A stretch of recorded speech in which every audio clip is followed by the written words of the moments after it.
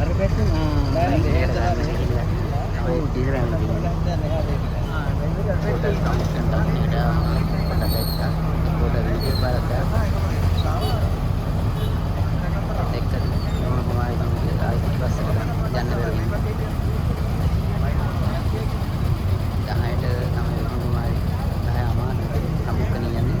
දැන් වෙලාවට ඉන්නේ පැය භාගයක් පරක් යන්න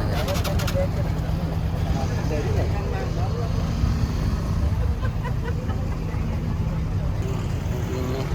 පිටින් කොච්චි තමයි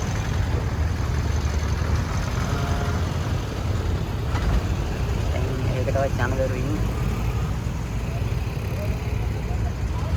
ඉස්සරහා පැත්තටම ගිහිල්ලා කොච්චි ආයි පිටිපස්සේ ගත්තා